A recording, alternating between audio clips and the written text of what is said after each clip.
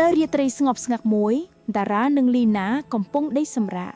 ខណៈពន្លឺសុបិនព្រាវកំពុងភ្លឺបន្តិចជុំវិញពួកគេភ្លាមព្រំដែងរវាងពិភពជាក់ស្ដែងនិងពិភពសុបិនបានបើកចំហហើយក្មេងទាំងពីរត្រូវបានទាញចូលទៅក្នុងវា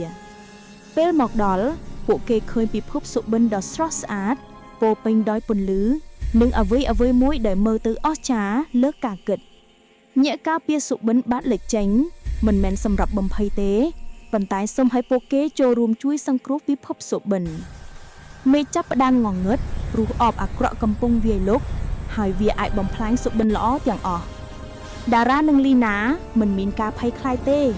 ពួកគេមើលទៅគ្នាហើយសម្រេចចិត្តប្រើវេទមន្តក្នុងសុបិនដើម្បីការពារការបាញ់ពន្លឺសុបិនដ៏ខ្លាំងបានចេញពីដៃពួកគេបញ្ចេញអំណាចបំបត្តិភាពងងឹតអបអាក្រក់រលាយបាត់ទៅវិញពន្លឺនៃសុបិនវិលត្រឡប់មកវិញជាមួយនឹងសេចក្តីសុខរីករាយអ្នកការពារសុបិនសូមអរគុណព្រោះក្មេងទាំងពីរបានសង្គ្រោះពិភពសុបិនពីគ្រោះថ្នាក់ដ៏ធំព្រឹកថ្ងៃបន្ទាប់ពួកគេភ្ញាក់ឡើងជាមួយនឹងស្នាមញញឹមដឹងថាការផ្សងព្រេងមហាអស្ចារ្យបានកើតឡើងក្នុងសុបិនរបស់ពួកគេ